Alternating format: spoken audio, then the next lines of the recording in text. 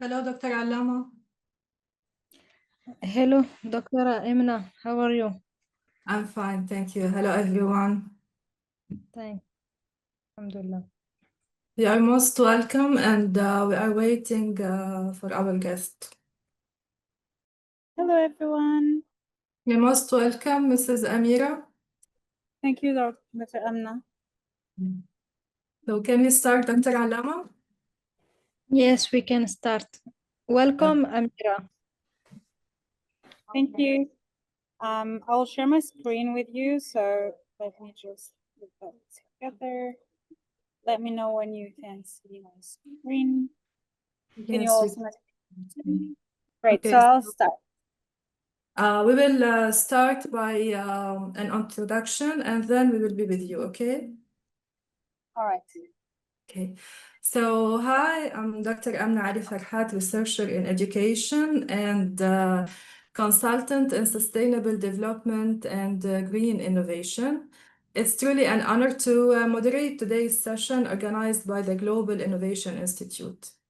Our theme today sits right at the heart of global transformation. Innovation as a cornerstone of sustainability. We are here to explore how innovation, when guided by science, policy, and human purpose, can drive real progress that aligns with the Sustainable Development Goals, especially SDG 9, Industry, Innovation, and Infrastructure, SDG 12, Responsible Consumption and Production, and SDG 13, Climate Action. So let's begin our journey together. Dr. Allama Al-Mahdi and I are delighted to welcome Mrs. Amira Gheraselgoum, who will highlight the human and entrepreneurial dimensions of sustainable innovation, showing us how technological leadership and mindset transformation can accelerate sustainability. Mrs. Amira, you are most welcome. Thank you. Thank you so much for the introduction. I'm sorry that we had to postpone to today because yesterday I became the world champion in wellness. So I officially have this title, and I'm really happy to say that as a world champion in my sport, my aim today is to serve a bigger purpose, which is to make this world a little bit better. So I'll start my presentation if you're all ready for it. Let me ask you, Yes. how can technology and digitalization accelerate sustainability? Plenty of ways. So the way that I practice sustainability is that we are using a lot of AI today, but with no direction. And the innovation that we're bringing in is to promote climate change and sustainability by providing a tool, which is AI for food waste reduction. So today we're planning better to make our world better. So plenty of tools that we have at this moment are just being used in a useless and inefficient way. And my goal is just to change that. Thank you so much. So we will see your presentation now, please. All right. So the future of climate-aware healthcare. I'm going to be talking about healthcare as a gamification of health, fitness, and nutrition to power climate innovation and to make an impact on sustainability. So before I start, I'll just tell you a bit about my story. My name is Amira, as you already know. I'm a data scientist with 8 years of experience in AI and sports science. I'm also today a world champion in my sports, but I've lost 50 kilos through trials, errors, and lots of perseverance. But before that, I struggled with a lot of emotional eating, poor habits. I come from originally from Algeria, where we don't waste food. We better eat it than waste it. But this also leads to a lot of diseases, a lot of really bad habits that we are growing with, especially in this region. So my story tells much more about our culture, right? So in this world, we have a lot of hunger, but we also have a lot of waste. Unfortunately, today, globally, we have 1.3 billion tons of food that is wasted every year, which represents in this region, so GCC, but also including North Africa, where I'm from, it's about 250 kilos of food that is wasted every year per person. We can do so much better if we just plan better. In our culture, it's a little bit harder, as you may guess. In fact, our culture is all about sharing and being, promoting festive big meals, shared meals, etc. But so we never really plan ahead about the quantity that we want to serve. We just want to make sure that everyone is fed and that there is more than rather than less. So this not only leads to this 250 kilos of food that is wasted every year per person, as I've mentioned before, but also a very high obesity rate in the region. The fact that we don't proportion it, so we usually, do more food than necessary and then end up wasting it. And a lot of this waste, 40 to 50% of household waste is unfortunately food waste. We need climate aware tools, climate aware solutions to change this a little bit, despite still keeping this tradition of being very generous. So the way that we do it at Hollyhop is by building an ecosystem around the individual and also really trying to understand what is needed rather than just cooking for cooking and having a full table of meals. So we work on preventive healthcare. And for preventive healthcare, we have to look into the plate of everyone. This is much bigger than what we think. Hollyhop brings this solution, but also create this preventive health pathway. And for the preventive health pathway, what changes is that if we have less people on a hospital bed, we're wasting less resources. So not only we're wasting less food, but we're also wasting less resources in hospitals.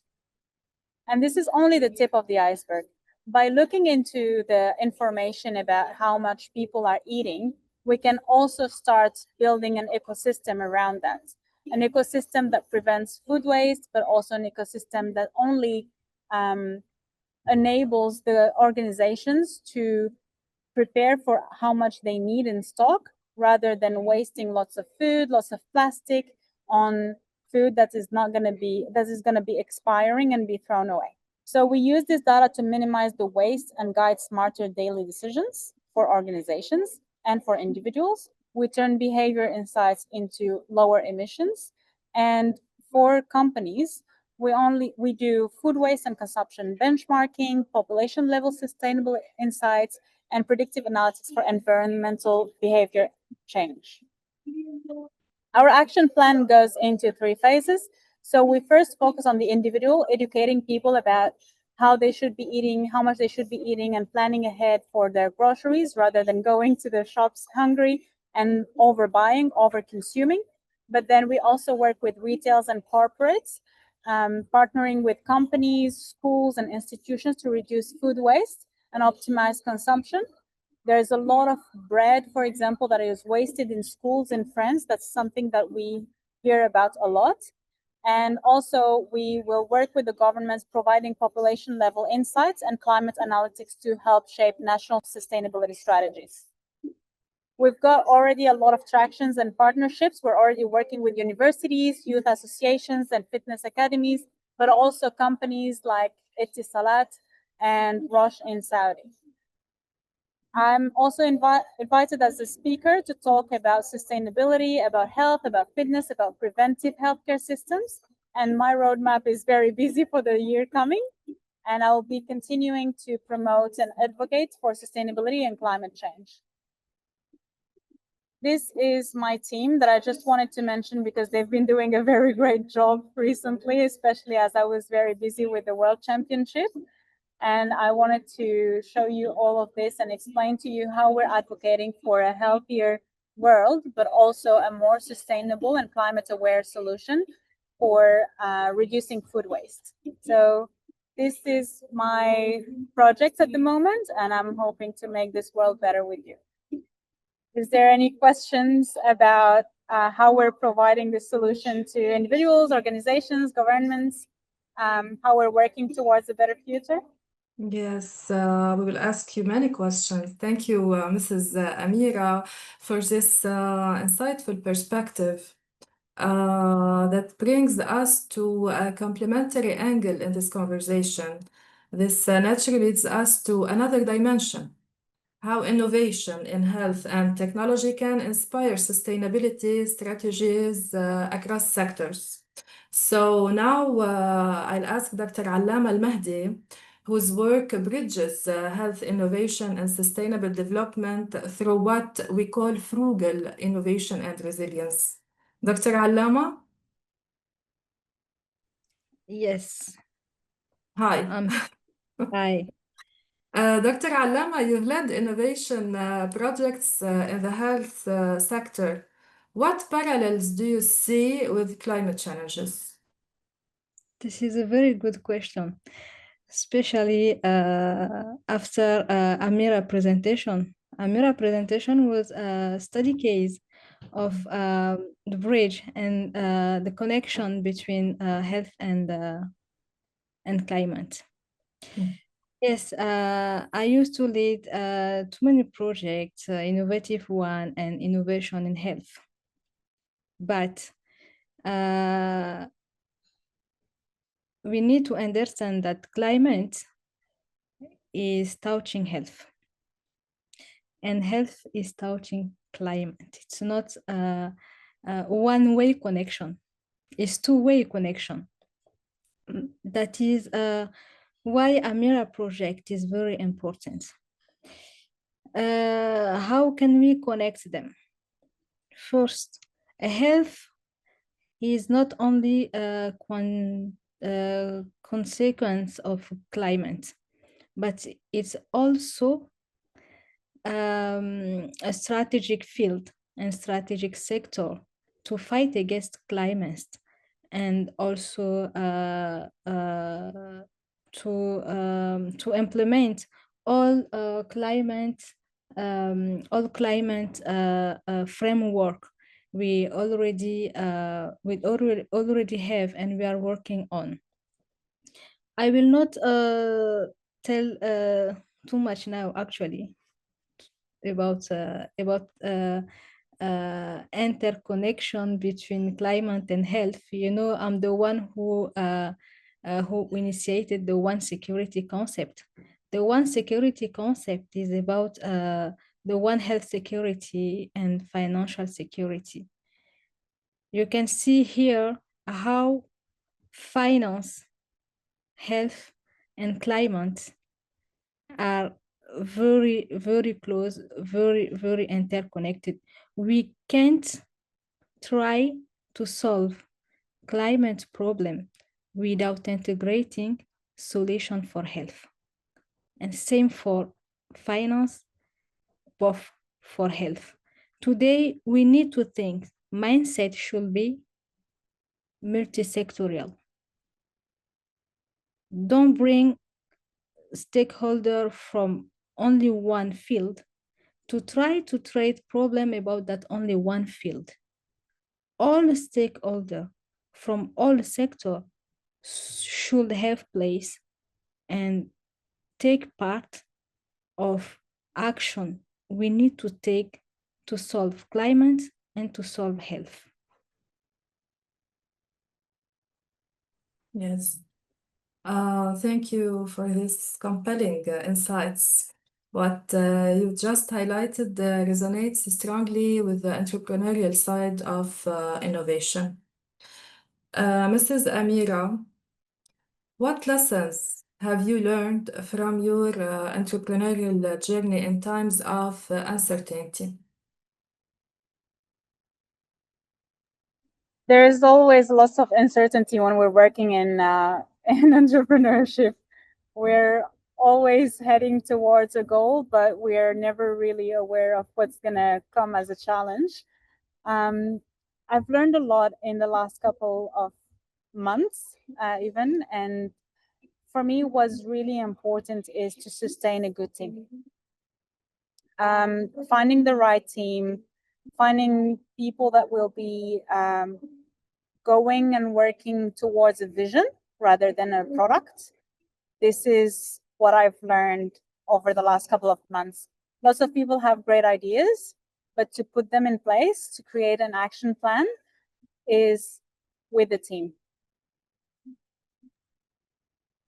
Thank you, Mrs. Amira. That was a powerful reflection. Let's take this idea further from a systemic and policy perspective. Dr. Allama, what systemic barriers still hinder sustainable innovation from scaling up? And how can young talents be empowered to innovate in health and climate? Thank you, Dr. Amna. Thanks to Amira for her insightful comment now. Yes, there is too many barriers, but the most important is regulatory side. We already have framework. We already have agendas, and we already have a vision from too many countries. And especially we are today involving global South countries, because global South countries are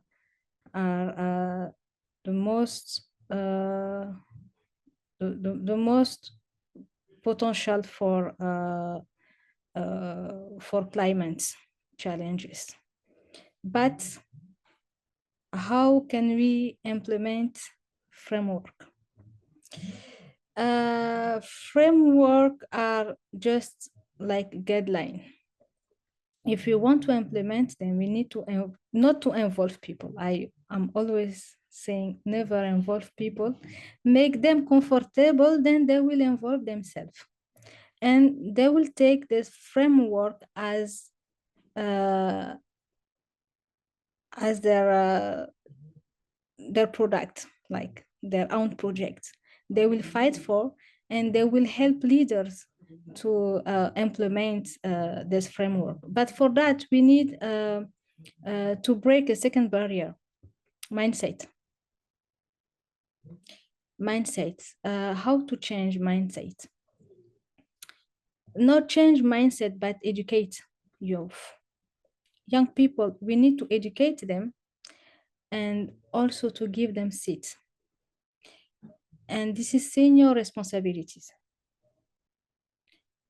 Don't give them seat only, but teach them and show them how to take seat, how to collaborate with senior to implement framework, how together we can work together for regulatory side, because discipline is very important. I want to implement some things, but there is the how and the why. And this is where we need to teach young people and give them seats, to teach them how to take seats we are giving them. How important is their place here, and how important is the quality of collaboration between senior and youth. There is a gap. Whatever happening, youth will take lead tomorrow. But the quality of transition between today and tomorrow will be depending of the quality of collaboration between generations. And the third barrier is the gap between scientific evidence and also financing investment strategy. If I want to invest to solve a problem, I need to know the problem. What are challenges we are faces today? What is the real problem, and where is the real problem? How can we solve it? And how much we need to solve it? If we don't know our problem, we cannot solve it with sustainability. We will waste money and we will waste time. Then scientific evidence is very important. Thank you, Dr. Allama. Your point about environment creates a perfect bridge to the partnership ecosystem. Mrs. Amira, how can entrepreneurs and institutions build effective partnerships for green innovation?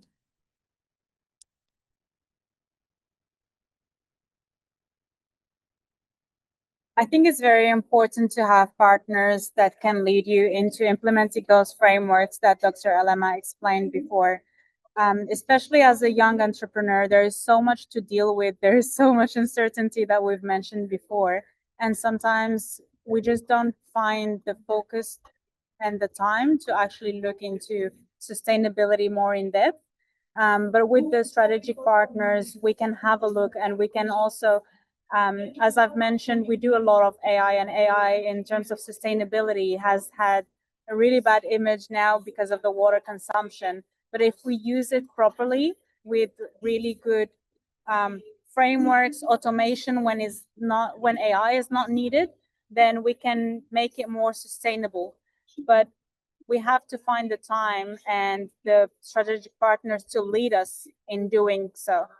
So in terms of partnerships, there could be partnerships in implementing the frameworks, but also consulting and advising on what could be improved to reduce the use of AI, for example, when it's not necessary, so that we can make this whole technology a little bit more sustainable and stop wasting as much water as we are doing now. I especially loved how you connected the innovation mindset, adaptability, collaboration, and measurable impact with the entrepreneurial journey itself. To deepen this connection from a governance standpoint, let me return to Dr. Allama. What role do governance and partnerships play in transforming ideas into real impact?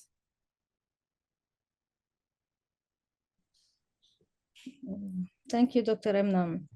As I said last time, innovation is collaboration, is partnership. We need good governance.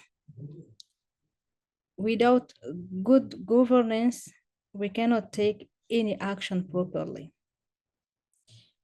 There is some things Margarita Dalla Valle said. We don't need action, we need perfection. No, we don't need perfection, we need action. We need to take action. We need to take action properly. We are not expecting perfection at the beginning, but we can make our action perfect after after taking action. But perfection will come only with partnership, collaboration between sector, private and public, between generation, we told about now, and between gender, between countries. Today, there is no border. This is how we need to think about all solution and all action we want to take, not only for climate. This is about all challenges we have today around the world. Some things can touch you today where you are and can touch me at the same time. I will not say this is happening today in, let's say, in Brazil. It will not happening to me in UA. We need to think as only one country, are only one population, and are only one sector, to bring people to collaborate. Partnership, we are here because of partnership. We are here because of collaboration. We are here because of connection. This is the power of connection. We cannot expect any innovation. We cannot expect to transform idea into action without collaboration, without partnership. No one can develop himself alone.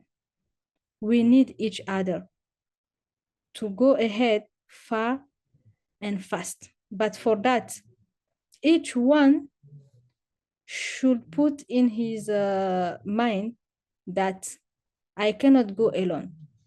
I need others. I need to collaborate with them. I need to go to them, and I need also to accept them when they are coming to me.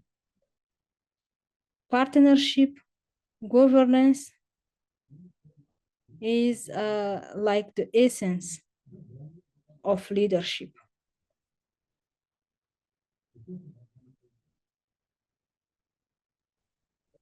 Thank you, Dr. Allama.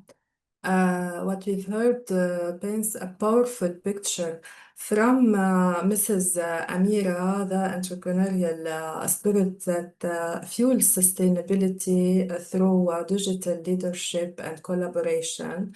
From Dr. Allama, the systemic and the human-centered innovation drawn from the health sector, adaptable to climate and resilience challenges. So together they show us that innovation is not confined to one field. It's a living system that connects people, knowledge, and purpose. With this, we now move into our roundtable dialogue, where we will explore how to bring these ideas together for real measurable change. But before, for those who want to ask questions, raise your hand, please. And I can see there's a question in the chat, Dr. Allama. A question from Muhammad. So you can raise your hand and you can write your question in the chat. Dr. Allama and Mrs. Amira will answer. The mic, please. Here, yes, the question of Mohammed. Mohammed asked to not speak. He preferred to not speak. He want to, okay. We don't need perfection, we need action, because progress is born from movement, not from waiting for flawless conditions. And perfect step forward creates momentum, learning, and impact. While perfectionism often delays, okay, just a comment. Thank you, Yeah, Mohammed. Agree. the question is up. Okay. Okay, good evening. I would like to share a general perspective. This question is for Mohammed. Okay, are we? Sorry, my internet was a little bit unstable.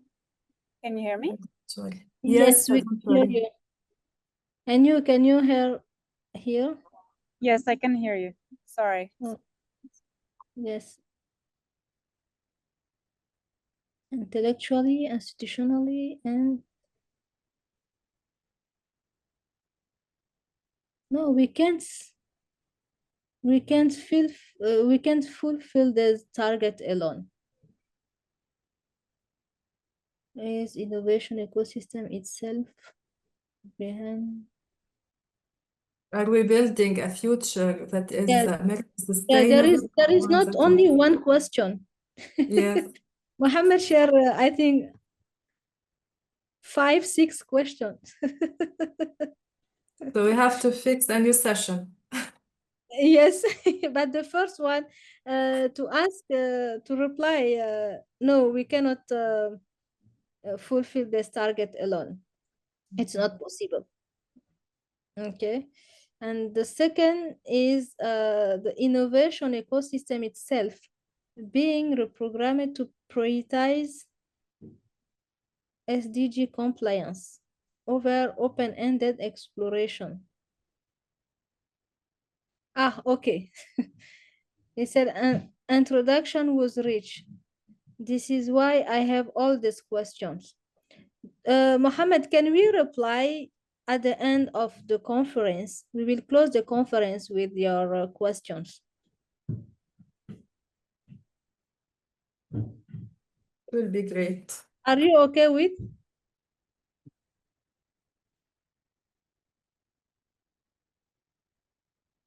Okay, Muhammad?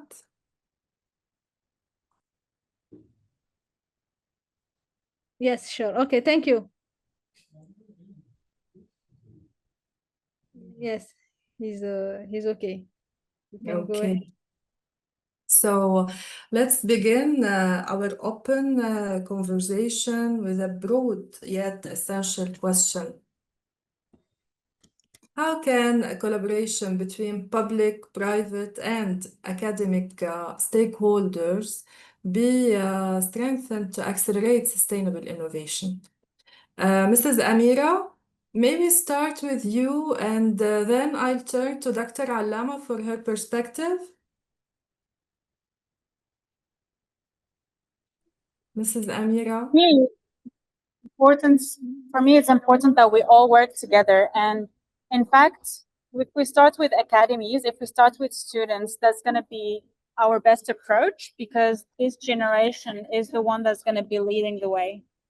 In terms of collaboration with private and public, well, there is so much to do that I wouldn't know where to start. In terms of what we do at Hollyhock is that we educate. Our whole goal is to educate the individuals. So we start with the individuals and then we move towards corporate. We know that in corporate there is a lot of waste. There is also with all of the, how to say, all of the work remote that has been done recently, there is a lot of people that don't find the time to actually make good decisions. So we want even in the organizations to implement better decision taking for lifestyle. And then in terms of governments working together is in terms of preventing health diseases that are consuming also a lot in terms of producing medications, producing electricity for hospitals, etc. If we use all of that, if we work all together towards a preventive healthcare system, then we can reduce so much waste in terms of resources and improve sustainability for our planet as well. Thank you, Mrs. Amira. You highlighted the key elements in how collaboration can be reimagined. Dr. Allama, from your vantage point, would you add to this? Do you see the same way or differently? Let's say I see the same way, but I will add some things. Partnership between public and private and academic. I will not say is the one way to fill out the gap, but it's the best one. Public and private partnership is not only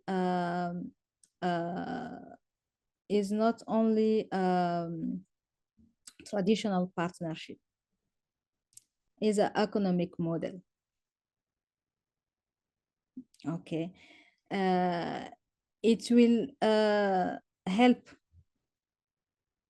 to build strong economic model for this framework we already have today, an agenda we are trying to implement, and also goals we have for sustainability. Academic, we cannot go ahead without academic stakeholders. I was talking previously about scientific evidence gap. We need academic for research. We need academic to know the real impact and to have data. Then we can build a strong economic model and have also a strong investment and financial strategy for implementation of all these agendas and framework we are trying to implement today. Yes, definitely not the only one way, but the best one. Yes, thank you. There's an opinion on the chat about the collaboration between public, private, and academic sectors.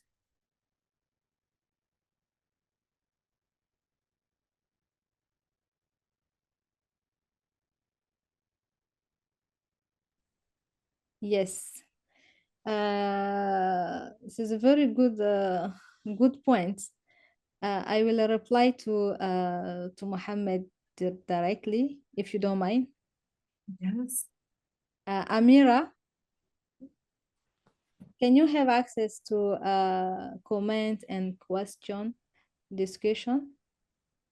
Yes. Okay. Then for me, about the mutual respect and adaptive governance and shared purpose, I completely agree. And if we want to do it and to make sure that each one will honor their engagement, transparency. I told about research, about data, about scientific evidence. It will be done in each country. But if we want to work together across border, we need to share data. And the fast way today to share data is the digital platform. But for that, we need trust. We need to build the trust, between all stakeholders, to build the trust between all countries.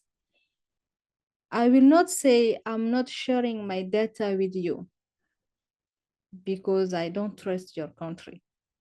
But even I'm not connected with you, our populations are connected. Definitely, yes, the true partnership will become from that, but there is too many things we cannot talk about deeply same time. We need to share data. We need to create data. I don't know if Mohammed was here, my last presentation.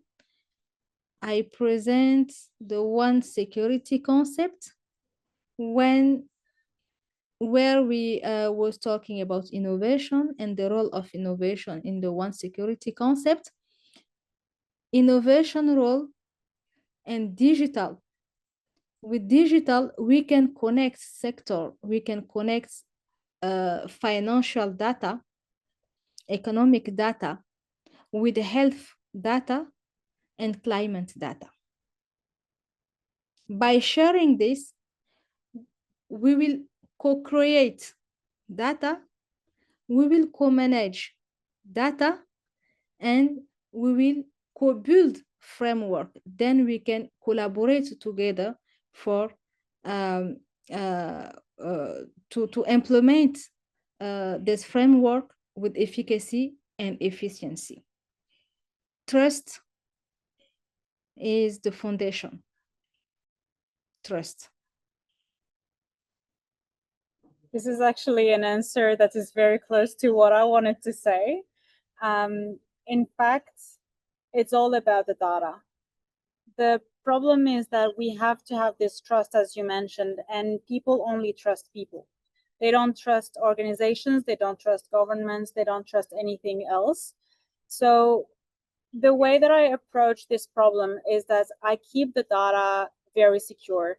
I was a data scientist for a very long time. I was an internal auditor in a bank. So for me, data has to be in a vault. It cannot just come out of the data centers. However, we can create insights, we can create reports out of this data, and sharing this information as an insight to improve the current conditions, this is what we should be aiming for. So I do understand that this data should not be shared, but if we take centralization of data in a platform such as what we do, and we create the insights saying, based on what we gathered on this country and on that country, this is where the problem really roots from, then we can make changes, we can make innovation, we can take an action. For example, I've mentioned in my presentation that culture has a lot to do with how we interact with climate, right? And climate change, and how we have a power on it. In my culture, as I mentioned, we cook so much. My mom is a professional chef, and her biggest fear is that she would not have enough food for the guests, right? So she would overcook, and then we'll have too much food, and then we have to give it away, or we have to do something with it, but we don't want to waste it. And then we just waste our health by over-consuming, overeating. Also, by over-consuming, we are probably going to imbalance our hormones when it comes to hunger, and then we keep on over-consuming, and there is an infinite loop in there. So looking at the different cultures' data also shows us what are the patterns that we've been building up for a very, very long time that are causing all of those issues in these specific countries or specific cultural regions.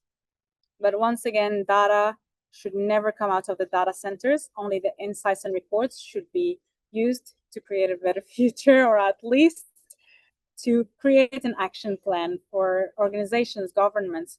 They just need to share their understanding rather than maybe their data itself or the data points to a very granular level.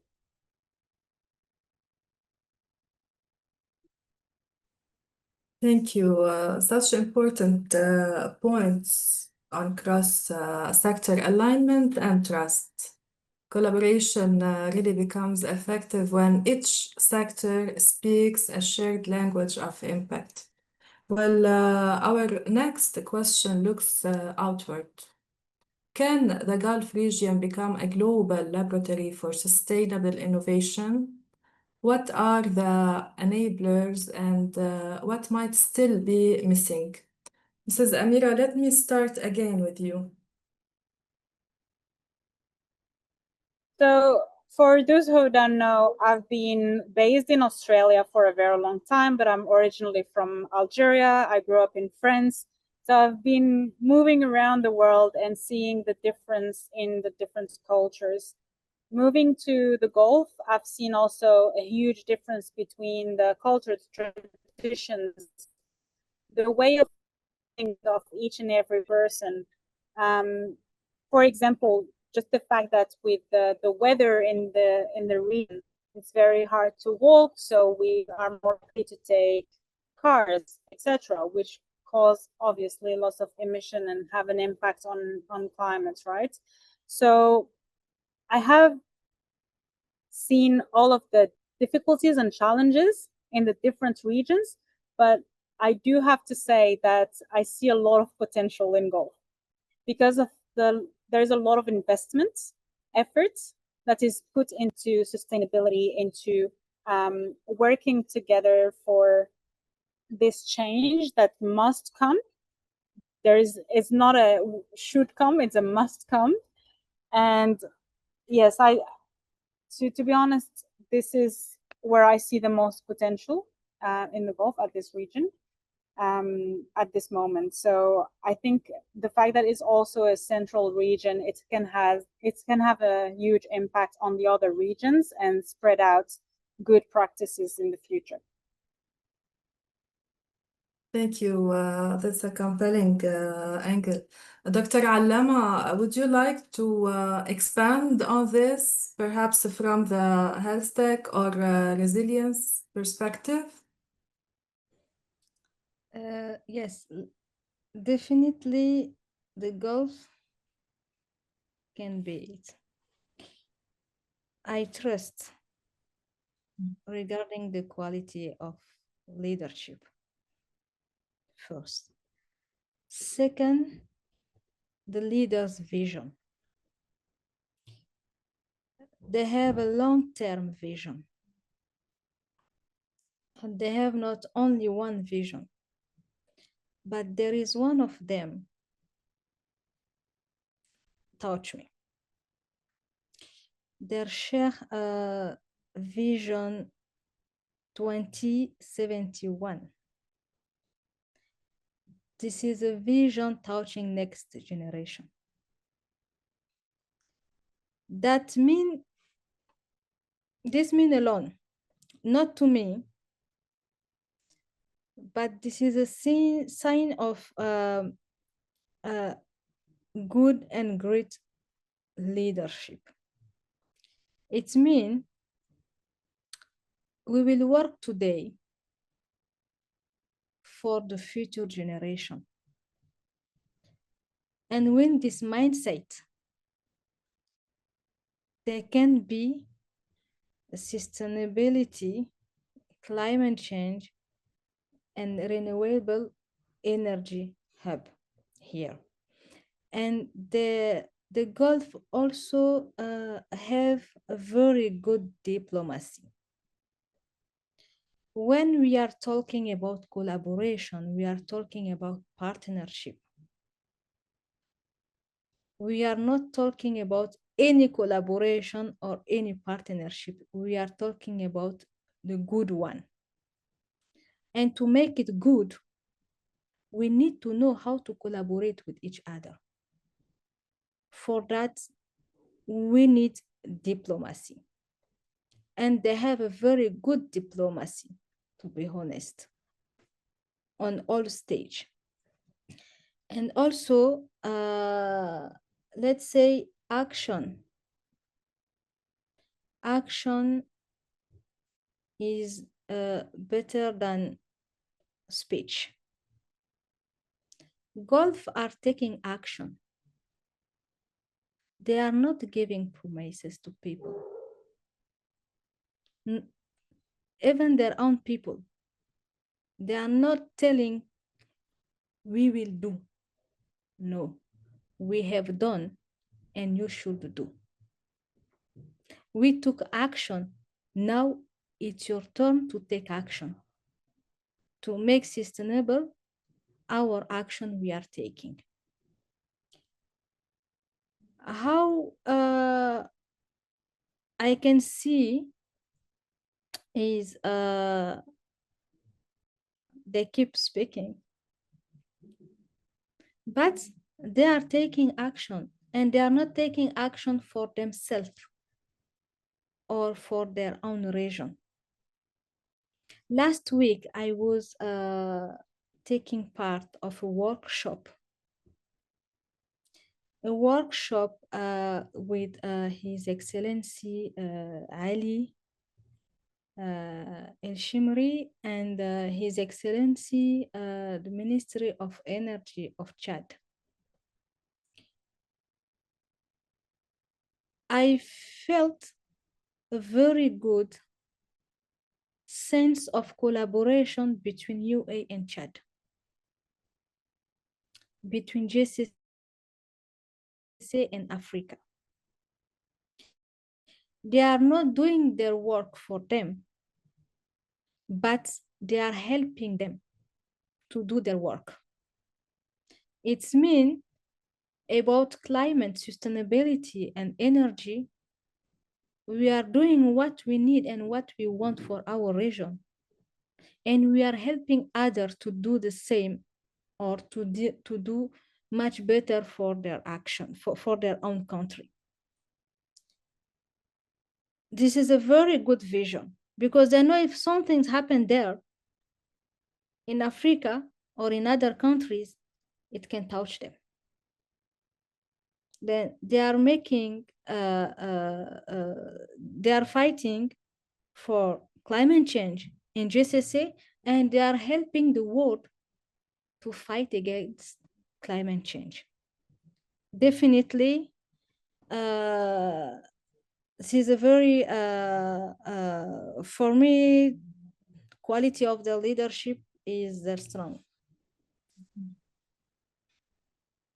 Wonderful reflections. Indeed, the Gulf has the resources and the ambition, but maybe as you both emphasized, building ecosystems of experimentation is key. Moving to another dimension, what's the role of finance and impact investment in driving sustainable transformation? Often we talk about great ideas, but how do we ensure financial mechanisms truly reward sustainability, not just short-term growth? Mrs. Amira, I'll invite you to begin.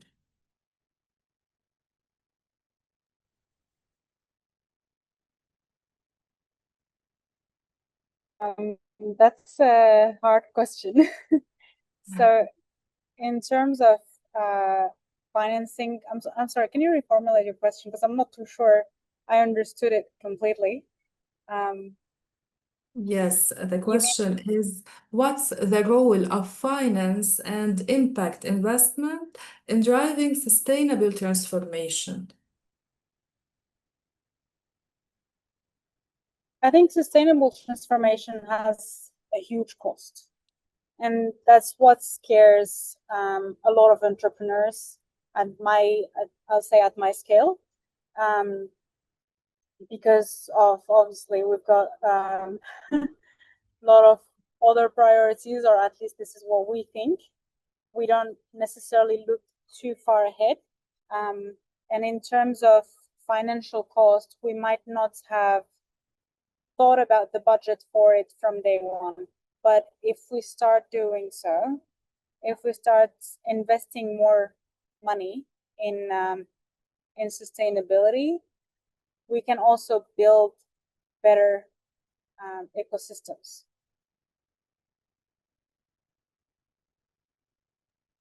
Thank you. That brings a very practical lens. Dr. Allama, may we hear your view as well, especially on how financing influences innovation adoption? Evidence. What can we do without money? You know, yeah. When I left hospital for public health, and I choose health economic and financing,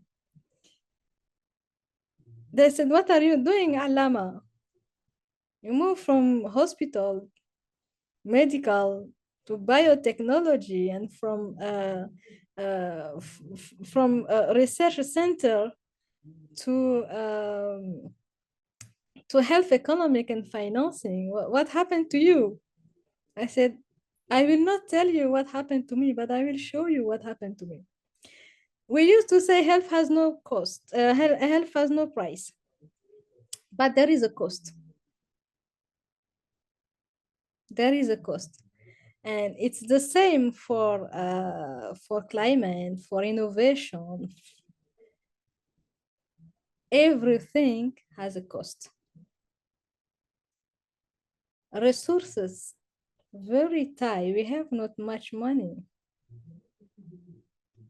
And challenges are very big. How can we optimize resources to implement all these agendas, that framework we are talking about? Even research is about money. To create data, we need money.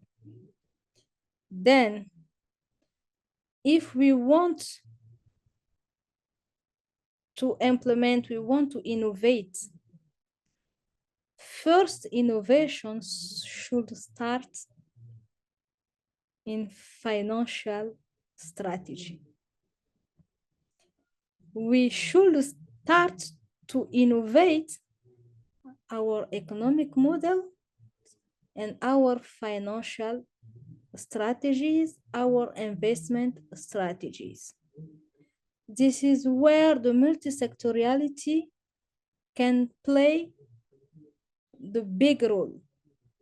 They will share risk, resources will be diversified, and then we can expect to go fast and to reach out more targets we are looking for.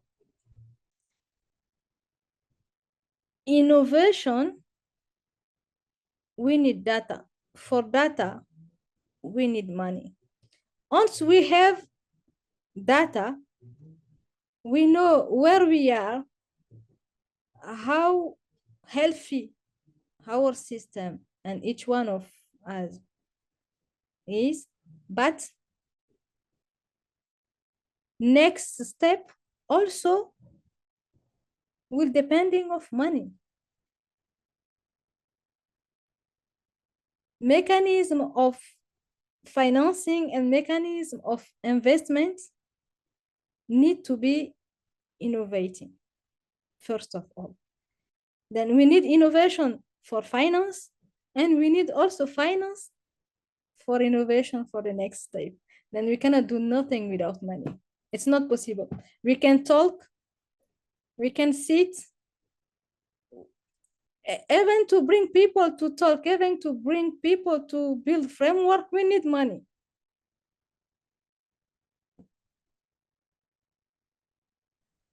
As I've mentioned previously, I've met a lot of startup founders being in a huge startup community, and there's a lot of people with great ideas and innovative ideas that could change this world. But unfortunately, due to a lack of investment, those ideas might never come to reality.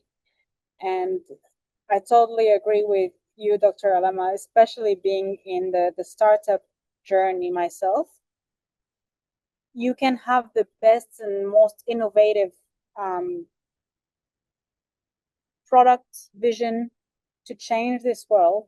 If you don't have the money for it, if nobody supports you or no association supports you financially, it's going to be super hard to implement and it's not going to go anywhere.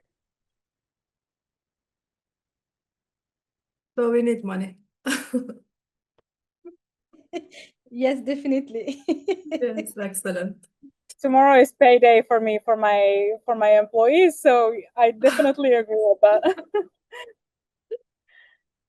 Sounds great. So finance with the purpose. That's the bridge between innovation and long-term accountability.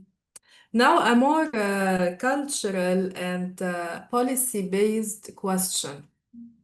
What culture or policy shifts are still needed to foster responsible innovation ecosystems? Mrs. Amira, let's start with you.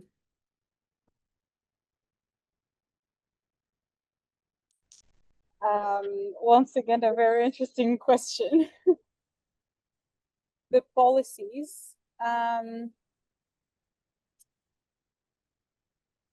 Policies are here to protect us. Mhm. But if an innovation has the purpose to protect us better, sometimes it may conduct to a change in policy, as long as it is justified.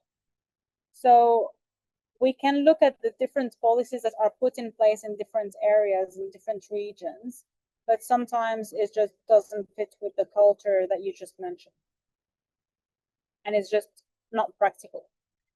So I believe if we want to build innovation, we have to have in mind the policies in place as they aim to protect us.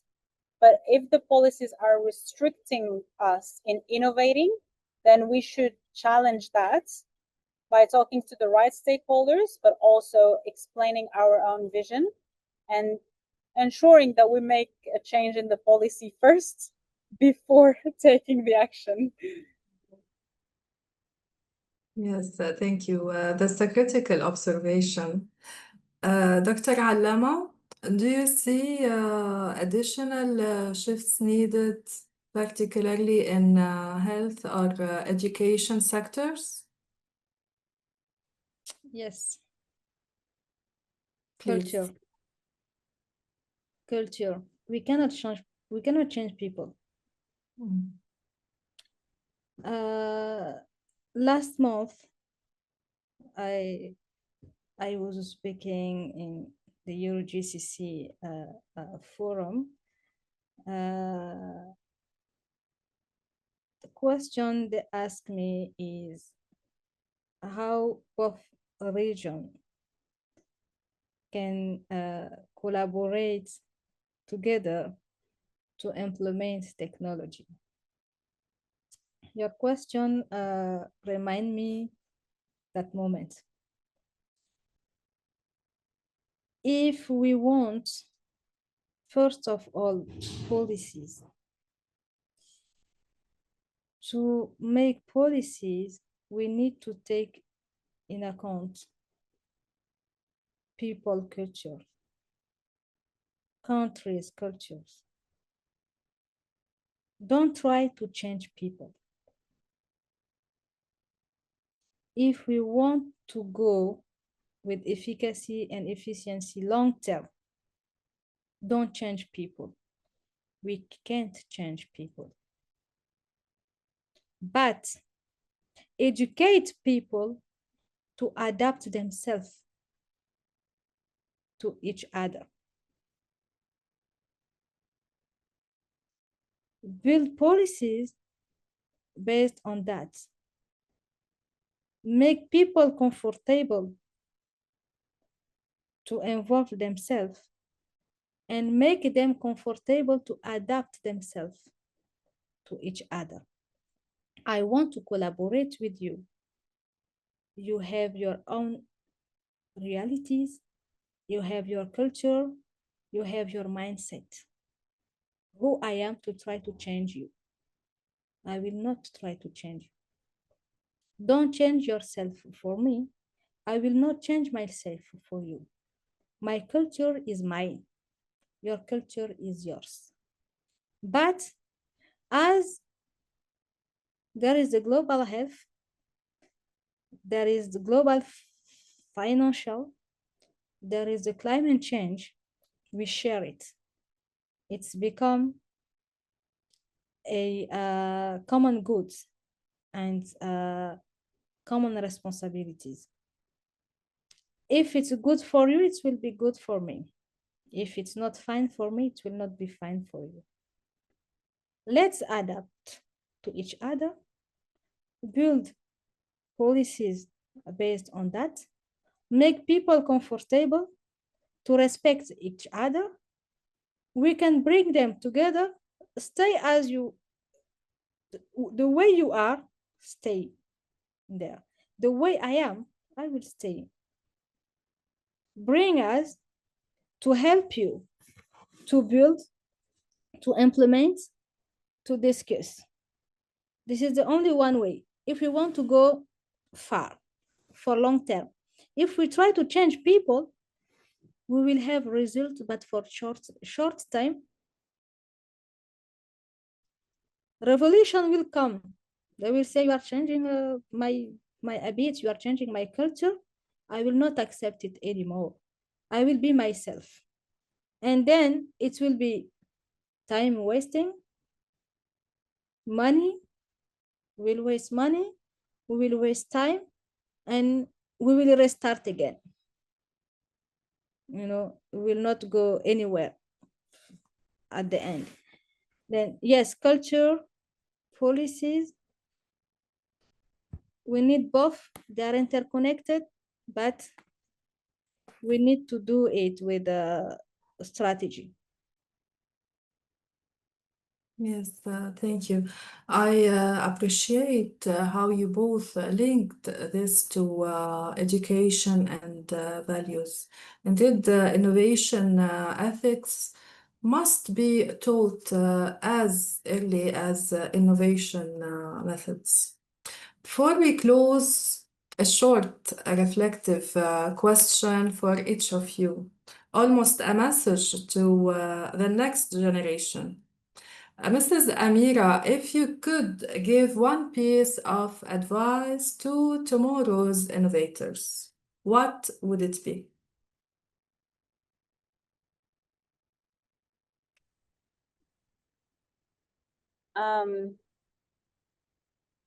We usually say it's easier to get $1 from 1,000,000 people than 1,000,000 from one person.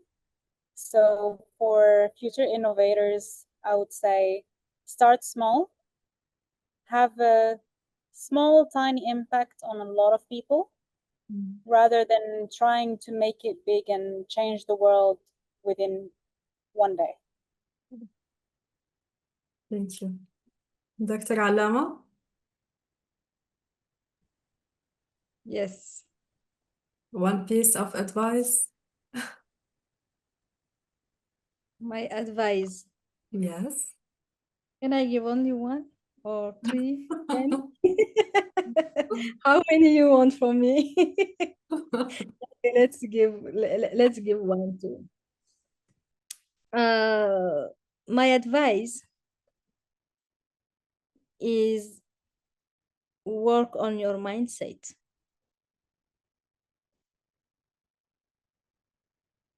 Leadership is not for everyone. Some of us are born to lead. Others are not born to lead. It doesn't mean if you are not born to lead, you are not important. No, you are important. Make your choice, but always take your responsibility. I want to lead.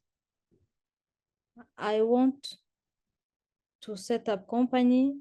I have idea. Go ahead, but it will be your own responsibility. And never try to do anything alone.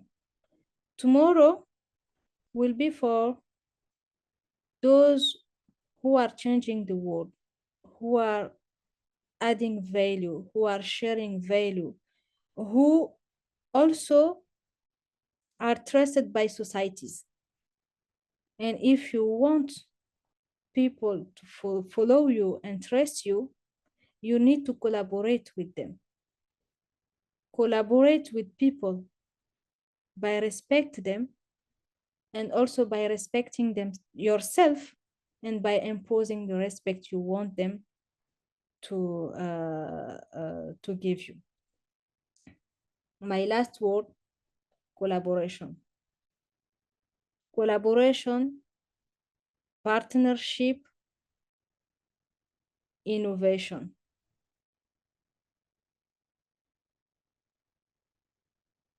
Beautiful. Thank you both for ending on such empowering notes. As we come to the end of this session, I'd like to weave together the main threads of our discussion. We have seen that innovation is not only a technical process, it's a mindset, a culture, and a shared responsibility. Whether through entrepreneurship, healthcare, or governance, our collective goal is to move from innovation to a measurable impact that serves both people and the planet. In line with the Global Innovation Institute framework, innovation must journey through three vital stages: ideation, incubation, industrialization. When that cycle is powered by sustainability and ethics, it transforms societies. So, as we close, let's remember that our responsibility as innovators is not only to create, but to ensure that what we create leaves a positive and lasting footprint. Thank you, Mrs. Amira Gheraselgoum and Dr. Allam Al-Mahdi and everyone who joined us online today. May our conversations continue and may our next innovations serve not only progress but also the planet. Thank you and yes. Don't forget Mr. Mohammed questions. Yes, of course. If Go you don't ahead, you can answer. Before to close, we also have two questions here from the audience for Amira. Let's start by Amira. You can read the questions and reply, please. Mrs. Amira left. She left? Yes. Oh, okay. Then Well, let me ask Dr. Gida if we have time. Let's finish the questions. Okay. She answered. She answered already. Let's finish the questions. Okay. Okay, let's ask to. So, Muhammad. Yes. Mohammed asked three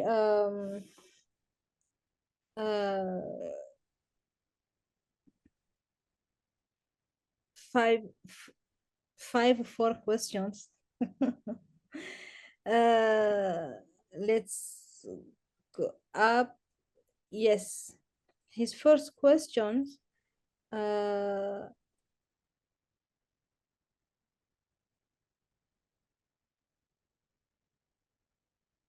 I'll check it on. Yes, he's here. His first question, to reply to him,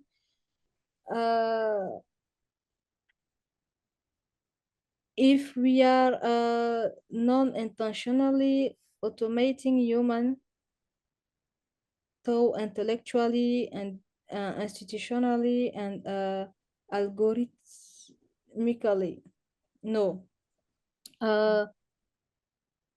There is a global transformation. There is a global transformation, not only digital, but in all sides. And that transformation is touching people mindset. Before today, there was not a digital Wi-Fi connection, Facebook, TikTok. Then most of people, they don't know about what happened around the world. But today, we are very interconnected. Only that connection, interconnection between people are changing people's mindset. It's not it's not intentionally, but yeah, it's the wave people are following. If you are not following, you will the world people will go and yeah, we will stay You will stay on your same place. And about innovation. Mrs. Amira is here. Amira. It's funny that you talked about interconnection while my connection keeps on failing me today for some reasons. I've actually moved into a new place and I don't have Wi-Fi, so I'm just trying to do with my roaming data, and I apologize for that. Can you please just remind me of the question that you were answering? Yes, there is 2 questions for you. You can directly read. The first one is, in your eyes, Miss Amira, is the future of impactful entrepreneurship intent first. Should new wave of entrepreneurs have a vision for the positive change they want to contribute to before the event begin? Yes, so we've mentioned mindset many times, and I love this question because I've been through a hectic journey this year. I was competing as a professional athlete and building my own startup, bootstrapping with my first company. It was very up and down. And healthy lifestyle, I would say, comes from the fact that I'm a pro athlete and I have some morning at 4 a.m. to be able to work in peace without having lots of emails to respond to, etc. And what I usually say, because I'm going to answer this question, is that if you don't have a bigger vision, no alarm would be able to wake you up at 4. And I don't use an alarm. So if you don't build as an entrepreneur with a bigger vision, a vision that is bigger than you, it's going to be really, really hard to keep on moving forward because it is a very difficult journey. Being an entrepreneur is like being a tiny little fish in a big ocean where everything can terminate your entrepreneurship at any time of the day, but also you have to navigate by yourself. And sometimes you need those collaborations, partnerships, but they are very hard to build. It takes a lot of time. So if you don't have an intent, if you don't have a vision, entrepreneurship is not for you. And it's not for everybody, and that's completely fine.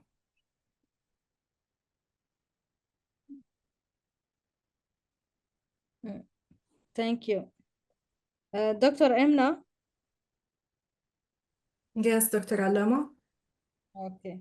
Can you help us to read the next question, please? Yes, of course.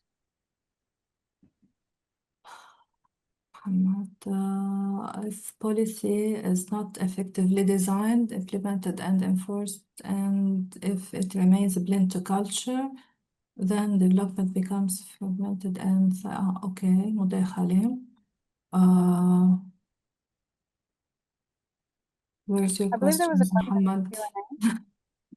Q&A. I believe there was a question in the Q&A. When Yes, Yeah, I reconnected, there. I lost the Ramlaya. Q&A, but I Yes. think it was about, yes. So correct me if I'm wrong, but my understanding was that the question was about how do we make sure that we are not abusing the artificial intelligence use, which is what is currently the case. So that's a very good question because, in fact, I've mentioned it before. AI uses a lot of resources, and because AI seems like a magical tool today to everyone, to mainstream, I would say, because I've been doing AI for 8 years. I love to say that I'm an old AI person because AI has been mainstream and very used in the last couple of years as ChatGPT became a tool that everyone could access. But I've been using AI for the last 8 years. It's just that before it was difficult. You had to be programming to be able to use that. So being a consultant in AI as well for a very long time, I had a lot of people coming to me saying, oh, we can do this with AI. We can do this with AI. And I'm like, no, AI has a purpose and is great as a tool, but it shouldn't replace everything that we do. And today, the misunderstanding of what AI is really is what is causing those issues. I do trainings for AI for non-technical executives and founders, because I want them to understand the purpose of AI, but also the limitations and where we should be using it and where we should not be using it. AI on its own, if it's used for any purpose, can be very biased because of the way that we've trained it in the past.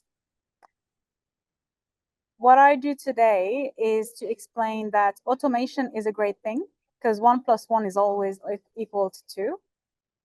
And AI, as you've mentioned in your question, is an LLM. LLM means large language model.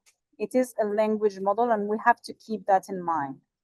One for an LLM or for an AI is just a word. It is not a quantity. It won't make a difference between one banana and one apple. For AI, these are just 2 words from the vocabulary, from a dictionary. So when we can use automation, when we can use a calculator, this is what we should be doing.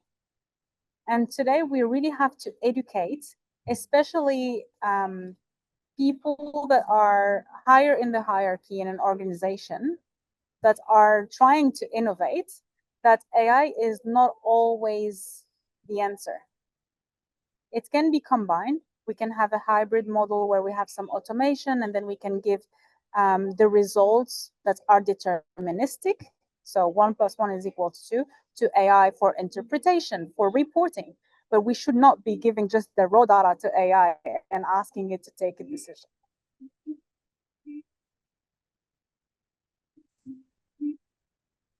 Thank you, Amira. The next question from Mohammed is the innovation ecosystem itself being reprogrammed to prioritize SDG compliance over open-ended exploration? I think, Mr. Mohammed, SDG compliance, if we want to reach out SDG, all the 17 one, we need innovation. If you are not innovating, we can't expect. We were talking now about innovation in finance. To implement all framework that can help us for SDG compliance and SDG also achievement. We need a very strong framework and very strong economic model and financial strategy. If we are not innovating, it will be very hard to all of us. I will just remind about the one security concept. The one security concept, only one we can achieve 17 all the 17 SDG, but only with strategy and innovation. And for the next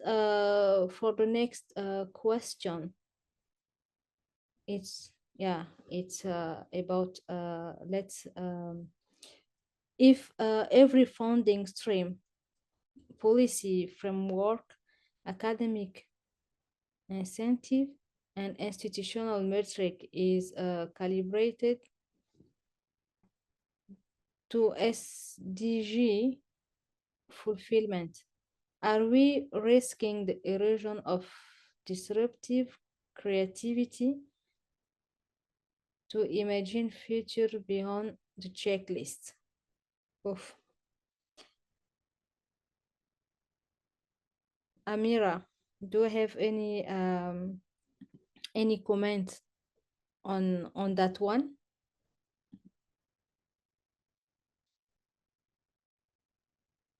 I don't see this question. Do you see it in the Q&A? No, it's on chat. On the chat? Ah. Yes. See it either. I don't want to monopolize all the discussions.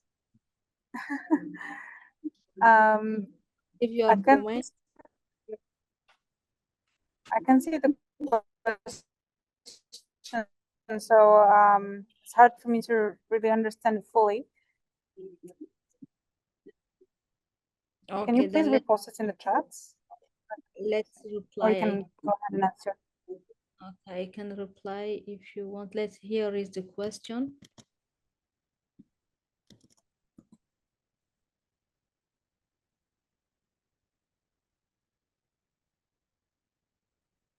I can reply if you want. Just tell me. I think there are enough. I mean, I'm coming from the startup world. So, Okay. I mean, there is Let's- nothing that can kill creativity. I know where you are going. Let me reply.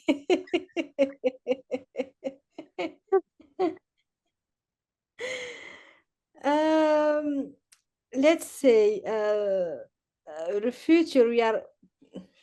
Today we are talking about innovation. It's this question will have the same reply for the previous one. If you want to innovate, if you want also young generation, because if you are talking about the future, we are talking about the young generation, the youth people.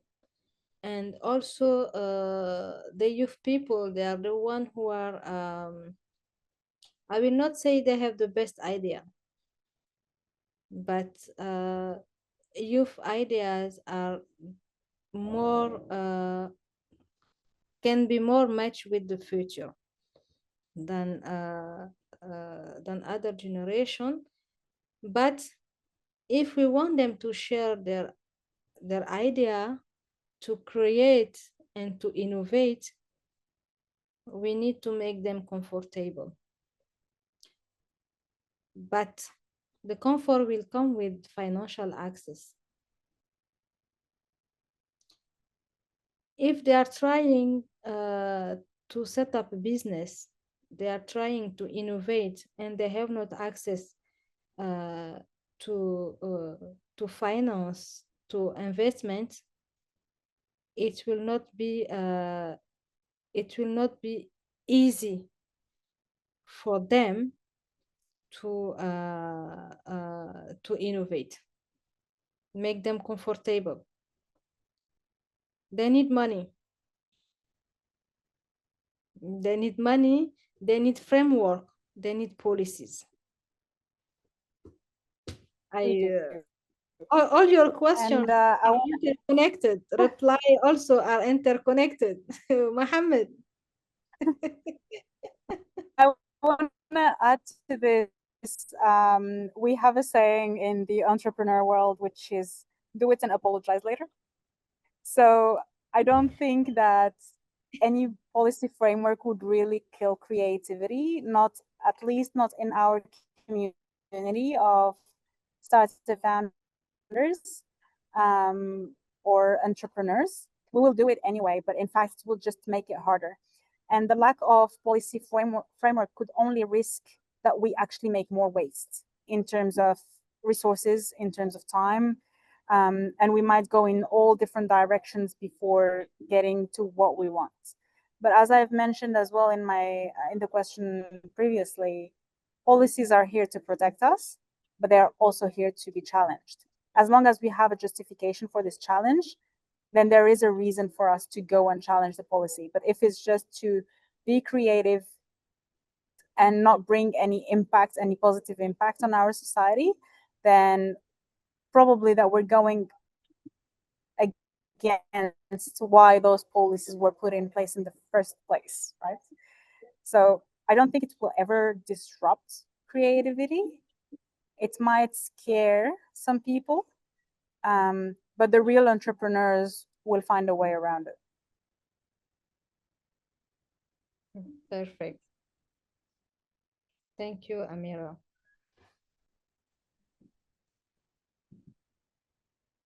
Thank you, Mrs. Amira, Dr. Allama, and everyone who joined us. Can't wait for the next session. Innovation is impact. Be on time to be impactful. Bye-bye. Thank you, everyone. Have a great day. Bye.